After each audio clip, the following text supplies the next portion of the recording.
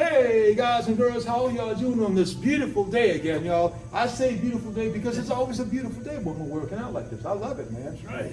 In case you don't know who we are, I am Instructor Terry Lee, and this is Instructor Mr. Don Weber here.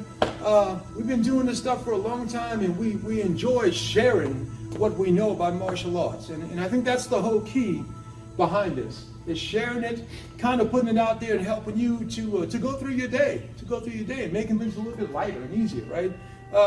There's a few questions we had as time goes on during the week, and one of the questions I was talking about was something called COVID fog. Have you ever heard of that? COVID? No, this is my first time. COVID fog, F-O-G. Now this is something that some of you may refer to as brain fog. I like the COVID. COVID sounds better, right? So COVID fog, and the reason why I'm going to bring this up is we're going to talk about some breathing first. We're going to get into Qigong breathing and how to manage some of the folks that have gone through COVID. So what happens with COVID fog? Make sure you can hear me, right? COVID fog is when, say for instance, you had it 9, 10, 11 months ago. COVID fog is kind of a lasting part of that. So it goes into maybe the 6 months or 7 months into that. Believe it or not, and COVID fog is basically something where you forget, right? Or you slur. Your speech kind of slurs a little bit. Now, Don, now we're talking about that. We do that all the time. That's right. That's just normal for us. Yeah. It's okay. It's all right. But we want to help everybody out there today and let you understand what COVID fog is. COVID-19 fog. It's basically what happens here is the air or the blood, everything going towards the brain. People refer to it sometimes as when somebody has Alzheimer's, dementia, when they have things going on. That's extreme. That's extreme COVID fog. But it's kind of related to the same thing. And I've looked online already. Even doctors and out there are related to the same thing. So there is a way to help this out. And we're going to talk about this right now, because what you need to do is you need the breath has to circulate everywhere. Now, what we normally do when we do Qigong is we breathe in, right? And we pack the breath, right, to the dantian, which is right here. And then we kind of press it downward towards something called kidney 1, which is the bottom of the feet. But when you hit kidney 1, right, what happens? It spreads the whole body. So what we're going to do here is we are going to do that, but we're going to take that breath. Once it reaches that, we're going to take that breath and we're going to pull it back up, okay, to the top of the head, Now, it's hard to understand this when I say top of the head, because how can your breath get to the top of your head? Well, we're back to the 3 B's. Breath, brain, and body. So if that breath is coming in, right, it's got to go through your nose. It's coming in. As soon as that happens, the brain reacts. The breath comes in, the brain reacts, and the brain can tell you where that's going or where you want it to go. So the brain reacts, it goes into wherever you say, and then what happens next? The body reacts. So breath, brain, and then body. And then you just keep on circling that, okay? So come over here a little bit, Don. We're going to pick on you. Okay, now I'm going to use Don, all right, because he forgets more than me. So You're right. I can't remember. But he's going to start with posture 1. Okay. Now, what we're going to try to isolate here is when it gets to a certain position, I'm going to tell him to stop. So his hands start to come up on posture 1. It comes up, raises up. Keep on going now. Turn it over. His palms are going to turn over. Now watch. Stop right here. Now, on this position here, normally what we would do would be we would turn it over. So the hands would come down and would come back up, right? But what we're going to do, when his hands keep on coming down, keep on going down, Don. Go down. I forgot. Start. Start now. Keep it right there. Now, the reason why he's going to keep his hands this way, turn it over the other way, is because we want to go ahead and press this down as far as we can press it down. Okay? So kidney 1. And then we're going to turn it over. Now, the only difference is when we bring this back up, right? We're going to think top of the head. We're going to circulate that chi to the top of the head. So I can feel air and energy and chi circulating through the whole body now. Not just from here to the feet, but now to the top of the head. Right? Top of the head. Keep on going. Yeah, looking good. And the breath again is real slow. It's not fast at all. We're going super slow because the slower the breath, the more control. The slower the chi, the better control. The healing part starts to happen when you do that, okay? Good, good. Looking good. Good. Nice.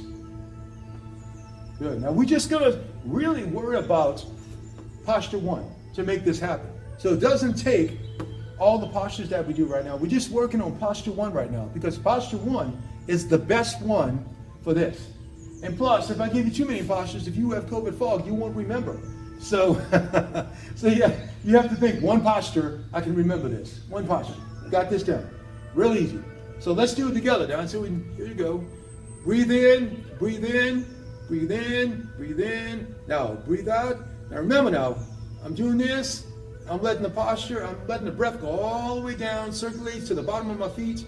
Then I start to breathe in, right? Up, in, top of the head, breathing in, turns over, comes down. Okay, good. So I'm thinking, right now, what I want everybody to do for homework this week, and we have a lot of stuff we're going to be talking about today, for homework this week, is I want you to work on the posture 1, because I'm talking about this right now, but trust me, you are going to hear about this all over the news. It's something that really is becoming pretty hot on the TV screen right now, and especially this week, we're going to start hearing about this. So I'm just trying to give you a heads up of what you can do to help that. Okay? Don't get so worried about this. This is nothing. This will pass. This doesn't stay in your system.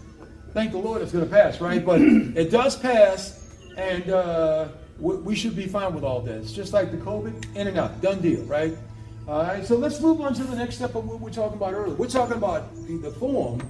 Now, we did the form last week, and if you remember this, let's reiterate everything. Let's talk about it. So we're in a fighting stance, right? So we're going to go through the 5 moves that we went over last week, and we're going to add a new move, okay? But before we do that move, we're going to kind of demonstrate it on something here. So 1 is a front kick. 1, and then 2 is a palm strike, just like that. Okay? Now make sure that hand is under your elbow, just like that. Keep it there. And then 3 is a cover. Now you notice I didn't call that a block. Why didn't I call that a block? Because when I go to grab him like this, it's a continuous motion. He's going to step back for 4.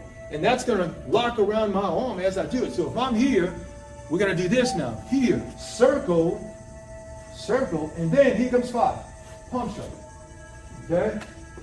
So 1, 2, 3, 4, 5. If last week you went over this with us, you got it down. Let's do it by yourself one time, Don. So 1, front kick. 2, palm strike. 3, cover. 4, turn and lock. There it is. Bam. Just like that. Okay? And that has to be that, because you're actually circling the guy's arm and breaking it in a million pieces. And then palm strike. Okay? Now there's a new move we're going to show you today. Let me get a target here. Don't move. Don't move. Okay? So, right here. So, what he's going to do is something called a crescent kick. Come this way, look down so we can see your magical kicks there. So, when he throws his kick across, it's not a very high kick, because it's the same thing as if I was holding a knife like this, and if his leg went across, it's going to knock the knife out of my hand. Okay? So what I'm going to do, I'm going to hold the target right about here, and his foot is going to go across for a crescent kick. That's exactly what it is. Now, I'm going to put my hand there for a second. I can take this. And I'm going to imagine if I had a knife. Hey, buddy, give me everything. Bam! That's the whole point. Now, here's the point I want you to see. Look, I'm going to get closer. Right there, that's a pressure point. That's the point. If he hits that pressure point with the crescent kick, it'll do that to your hand. So if it'll do anything to your hand like that, it'll open your hand up as you do it. Okay? Inside crescent kick. Now, there's more crescent kicks. But we're just going to talk about the inside. So now let's put that in the form now. Okay, now we have, I don't know which way we should go. Let's start again from 1. So 1, 2, 3, watch this, 4, here, 5, now here comes 6. Grab and get that crescent kick across, here. Okay, again, one more time. Here's the palm strike. Grab, crescent kick. Okay, that's all it is. It's a crescent kick going across. Okay, just like that. As you go across. And that motion does this. Now, what do you